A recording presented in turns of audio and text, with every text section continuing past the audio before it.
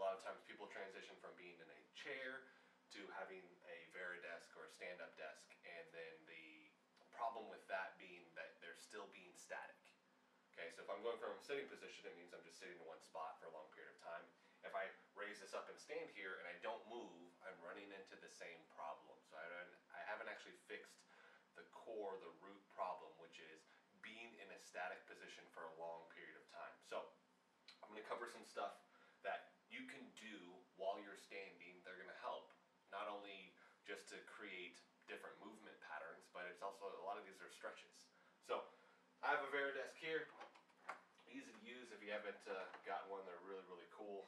I was fortunate enough to get this from a client. I can raise this up whenever I want to. And I transition, by the way, I mean, I have a chair here, but I transition back and forth between sitting and standing on a regular basis. That way I'm not, like I said, just stuck in one position. But if I am standing up, there are some things that you can do to create movement, okay? So if I'm here, geared, ready to work, one of the things that you can get, half foam roller right here, okay? These are like 18 bucks on Amazon, and I'll have a lot of these things in the description box down below. But essentially, half foam roller right here, half dome. And if I put that on the ground, one of the cool things that I can do is that I can actually put my foot on it, and I can lean forward, and now I'm doing a calf stretch, okay? And this is just one position that I can do. There are others where I can actually tilt my foot more and stretch it at various angles, okay?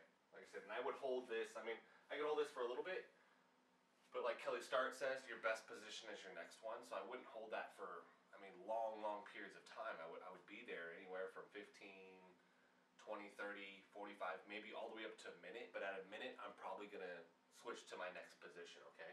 Now, a lot of times with some of these things too, it's going to take some adjusting. Just the fact that you have to be mindful enough to switch those positions, okay? So I could go back and forth between feet for a while.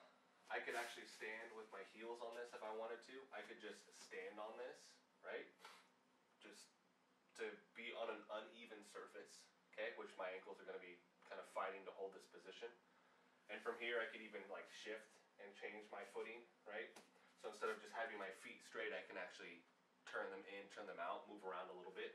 So that's the half dome that I can use. So this is, like I said, on Amazon, not super expensive. Now if I don't want to deal with that too, I could always just get a tennis ball, okay? I can't do as much, but if I put that on the ground, I can actually stand on the middle of it, and then I can put pressure on my arch and kind of stretch out my arch a little bit. I can put it on my heel, put pressure on my heel, put the ball of my foot on there, kind of lean forward a little bit, create a little bit of a calf stretch. I'm not going to get much out of it. Or I can just kind of do rolling patterns and kind of get some fascial release out of that, okay? If I wanted something that was a little bit tougher to do, I could get a lacrosse ball. And these are like $4 or $5 on Amazon, and I could, same thing, I could just drop that on the floor and move around with this. Now, I don't have my shoes on right now.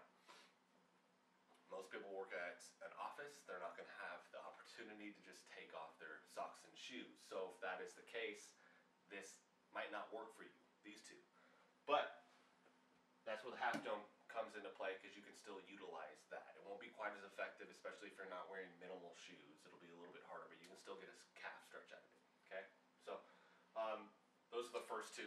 Like I said, we're really stretching the calves, hamstrings, working on some ankle mobility. If I'm just standing here and I don't have that, I can actually turn my foot to the side, and I can just play with the positions that I put my foot in. Now the two that I'm going to show you are the easiest. I could just drop my foot to the side, kind of stretch outside part of my calf, or I could bring my foot back and kind of push down and then stretch out the front part of my ankle here and my calf, okay?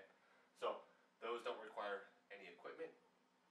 If my desk is high enough, I could actually prop up one leg here,